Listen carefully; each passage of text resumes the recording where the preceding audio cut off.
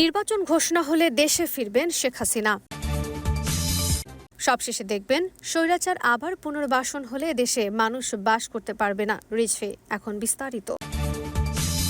নির্বাচন ঘোষণা করে বাংলাদেশের ক্ষমতাচ্যুত প্রধানমন্ত্রী শেখ হাসিনা দেশে ফিরবেন বলে বিবিসিকে জানিয়েছেন তার পুত্র সজীব ওয়াজেদ জয়।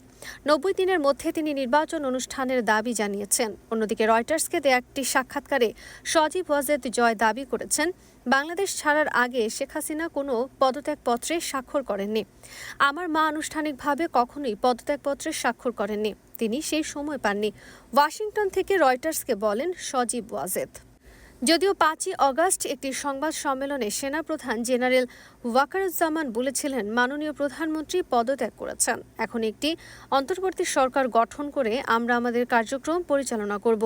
গত 5ই অগাস্ট ছাত্র জনতার তীব্র আন্দোলনের পর ব্যাপক অস্থিরতা তৈরি হলে দেশ ছেড়ে পালিয়ে যান শেখ হাসিনা।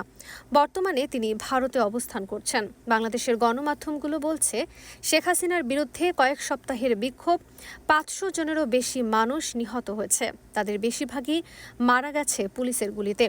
1971 সালে বাংলাদেশের স্বাধীনতা যুদ্ধের পর থেকে সবচেয়ে ভয়াবহ সহিংসতায় হাজার হাজার মানুষ আহত হয়েছে। মিস্টার ওয়াজেদ বিবিসিকে বলেন, অবশ্যই তিনি বাংলাদেশে ফিরবেন যখন অন্তর্বর্তীকালীন সরকার নির্বাচনের তারিখ ঘোষণা করবেন। নোবেল বিজয়ী অধ্যাপক ডক্টর মোহাম্মদ ইউনূসের নেতৃত্বে সেনা সমর্থিত অন্তর্বর্তী সরকার গত বৃহস্পতিবার 16 জন উপদেষ্টা সহ শপথ গ্রহণ করেন।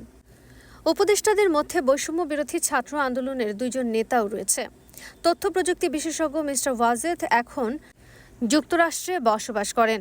তিনি 2009 সাল থেকে 2024 সাল পর্যন্ত শেখ হাসিনা প্রধানমন্ত্রী থাকাকালীন সময়ে প্রধানমন্ত্রীর তথ্য ও প্রযুক্তি বিষয়ক উপদেষ্টা হিসেবে কাজ করেছিলেন। তিনি অবশ্যই দেশে ফিরে যাবেন বলেছেন তার ছেলে জয়।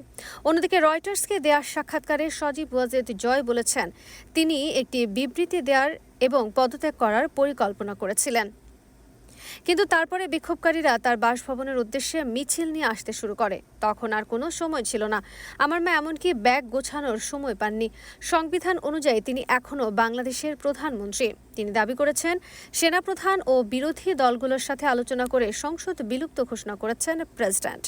প্রধানমন্ত্রীর আনুষ্ঠানিক পদত্যাগ ছাড়া অন্তর্বর্তীকালীন সরকার গঠন করাকে ভবিষ্যতে আদালতে চ্যালেঞ্জ করা যেতে পারে বলে তিনি দাবি করেন।